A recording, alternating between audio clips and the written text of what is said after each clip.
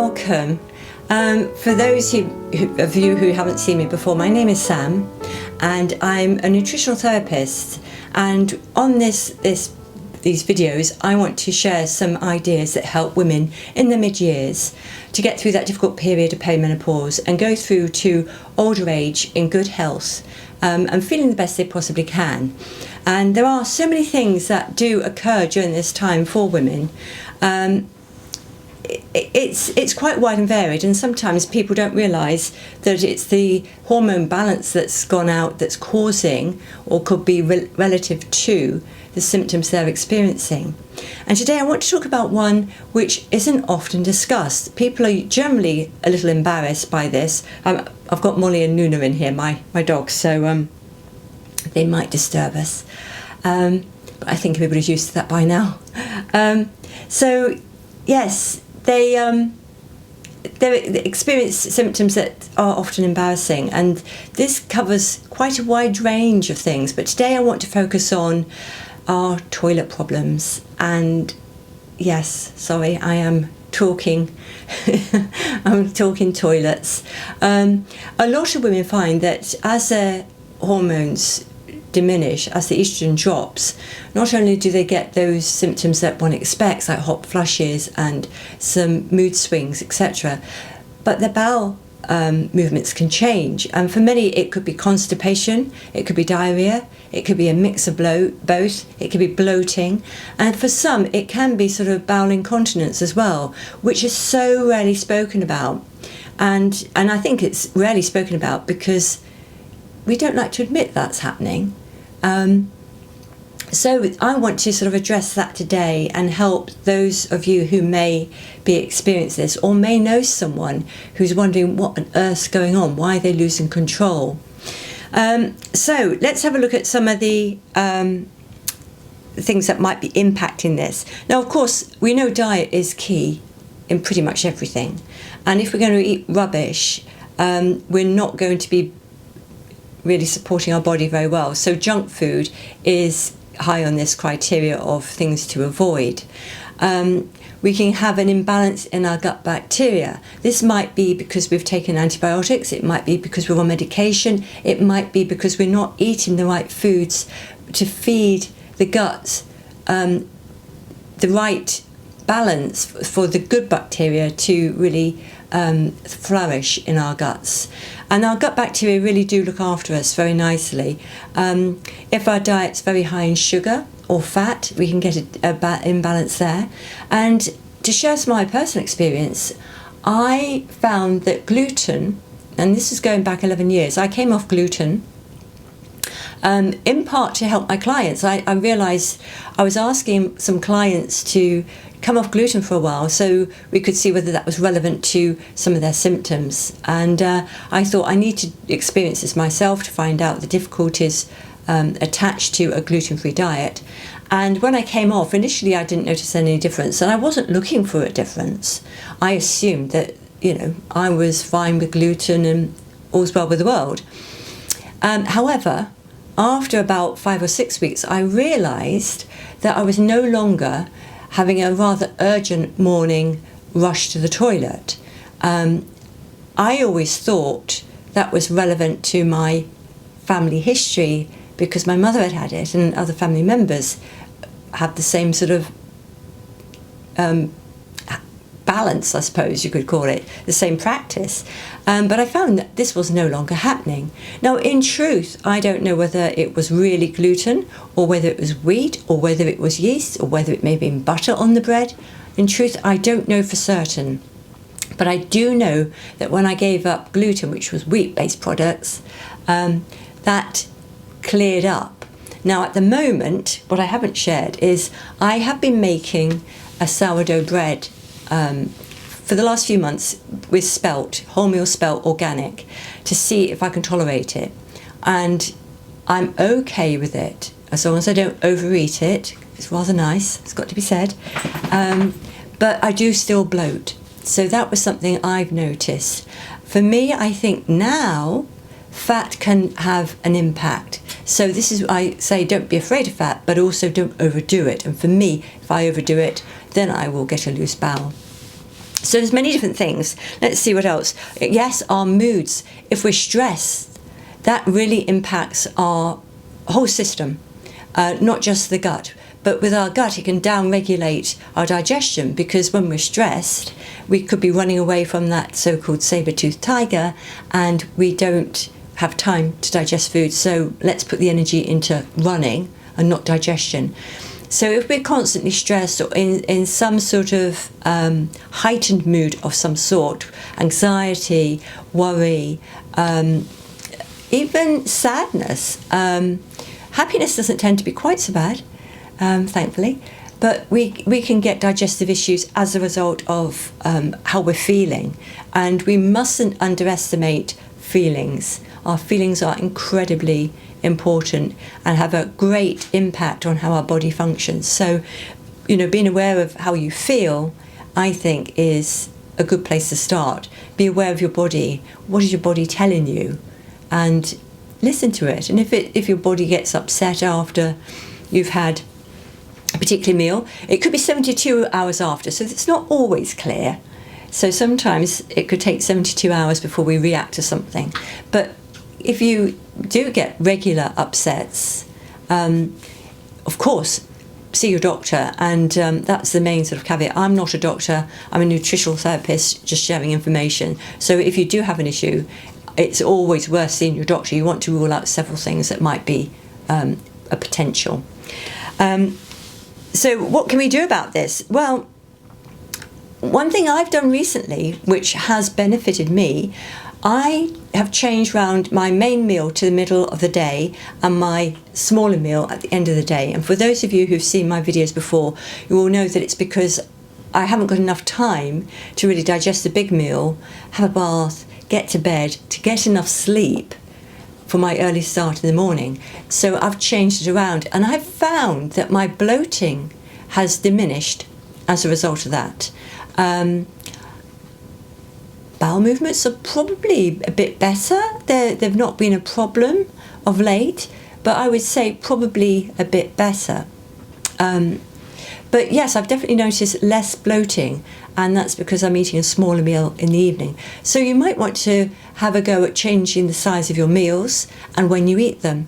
And for some people, smaller meals might be better, maybe adding an extra meal in. In general, I don't recommend that, but it's worth experimenting and see what works if you are indeed having an issue. And the first thing I was taught at nutrition college was tell your clients to chew the food. And it's so obvious, but sometimes we're so busy, we don't chew the food properly, and then our digestive system has to really work hard to break down a mass of food that we should have chewed properly until it's absolute mush. And that's what I say, it's not the number of times you chew it, it's when it's like mush, like a yogurt, then swallow it. So taking time out to eat your meals is also beneficial here. Drinking water between meals. Again, if we drink during a meal, we could increase the sort of gases going in, the air going in, but also we could dilute our digestive juices by doing that. So having a good glass of water before a meal and then drinking water between meals is a good way to go about it. And keeping hydrated is also beneficial. Now, I have heard, and I can't remember who the doctor was because it's a while ago, one doctor said water and fibre have nothing to do with bowel movement. Most other doctors say that it does. So I think it is individual at the end of the day, and I believe that some people on a carnivore diet who are on low fibre, probably still drinking water, I would like to think, a lot of them aren't having problems in that area, so I'm told, but I'm not sure how sustainable that is. I don't think we were destined to eat just meat. I think we were also intended to eat plants, and yes, so it is individual, but water, I'd say, is vital. But drinking between meals is the best idea. And keeping teas and coffees to a minimum during the day and avoiding fizzy drinks and alcohol, I think, goes without saying, because that can really dehydrate us and we do absorb moisture from the colon and to make the stool. So that moisture is then recirculated through the body.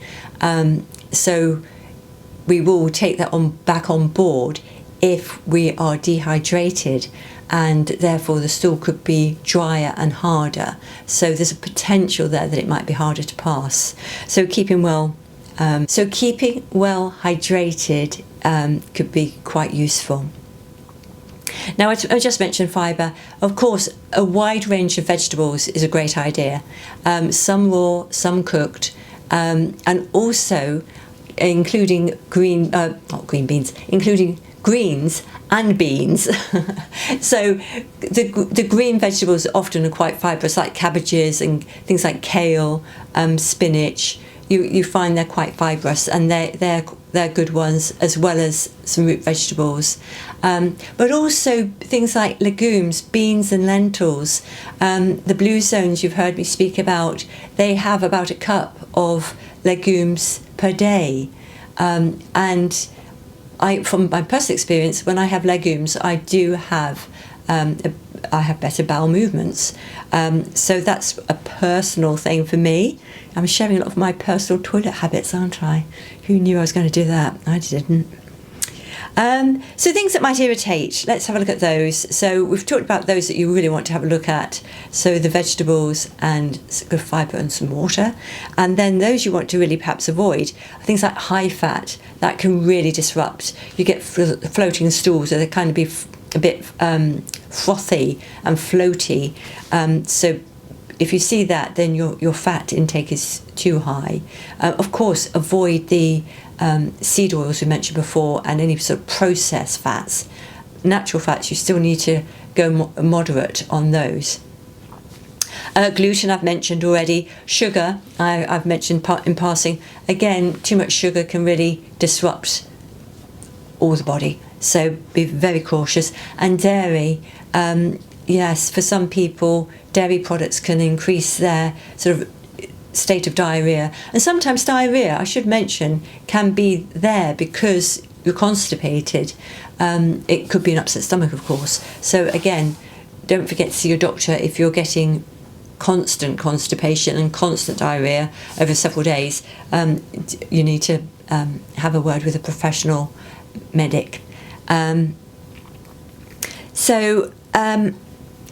Other things you can do, I find stretching and yoga particularly good. I like lying on my back on the floor with knees to my chest, and I roll my knees one side to the other. I find that kind of massages the abdomen, and I find that is helpful should I ever need assistance. Exercise in general. I used to have a terrible job jogging. I know quite a few trees. I used to have to be very careful, and it put me off jogging, to be honest, because it used to loosen my bowels so much. But since I've stopped eating gluten, that's not been a problem in the same way. But yes, walking, exercise, a bit of movement is really good if you are constipated. And then probiotics and prebiotics. So probiotics are adding in some good bacteria, and prebiotics are those foods that will feed them. Now, I'm talking about fermented foods here as much as anything. So fermented foods like kimchi, sauerkraut, some yogurt, olives even, some fermented items of food are helping to introduce more sort of friendly bacteria that will help us digest our foods, because they're digesting that food that they're fermenting in. Then also the foods that they like are things like the cabbage family, asparagus, artichokes. Got a gurgly dog. Things like onions and leeks, also good. Apples. And some dark berries tend to be good here as well. So we want to feed them. Now, for those of you who don't know, I tend not to mention, I don't talk about supplements because I think it's very personalised. If you wanted to look at that route, do get some background information from a qualified person who you'll find actually in some of the health food shops. Some people are trained up in nutrition and will be knowledgeable enough to tell you if you're on any medication, you do need advice, either from somebody who's trained in this area or from your doctor. Sorry about that. Another thing that can help if you're finding your bowels are out of whack and not behaving as they should is fasting. That can help recalibrate the whole body, recalibrate the microbiome in the gut, which we know is important for successful bowel movements. Also for good balance. Our microbiome is helpful when it comes to hormone balance, because if our hormones, even though we're going through the perimenopause or menopause, our hormones can still be out of balance between each other.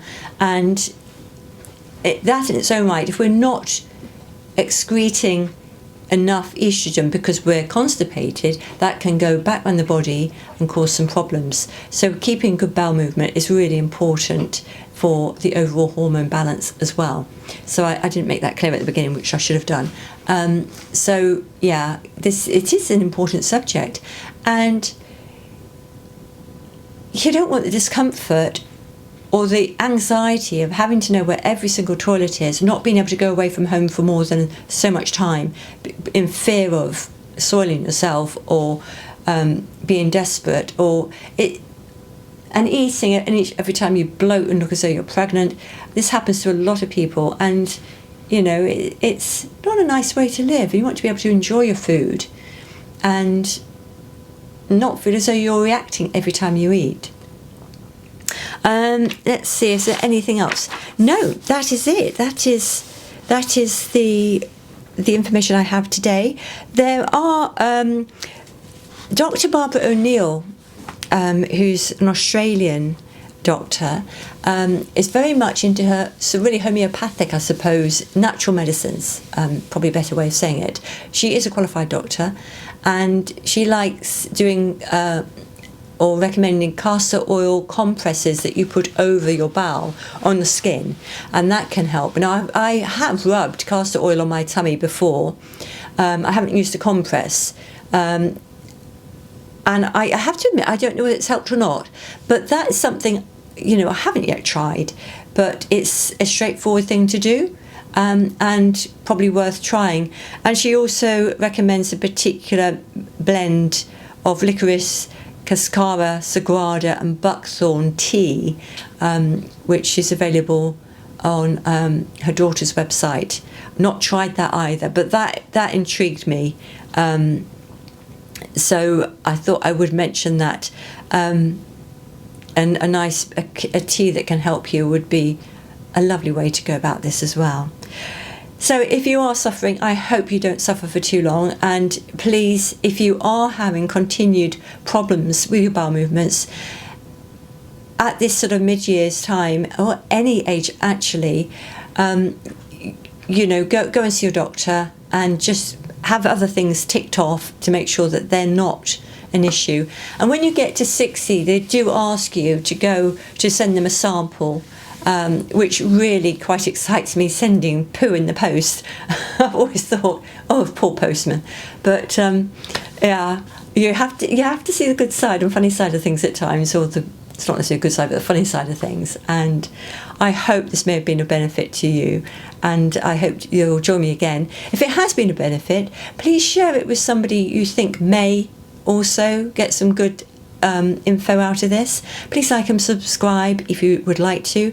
I never say it doesn't cost you anything, but it doesn't. I think most people know that. It's just pressing a button.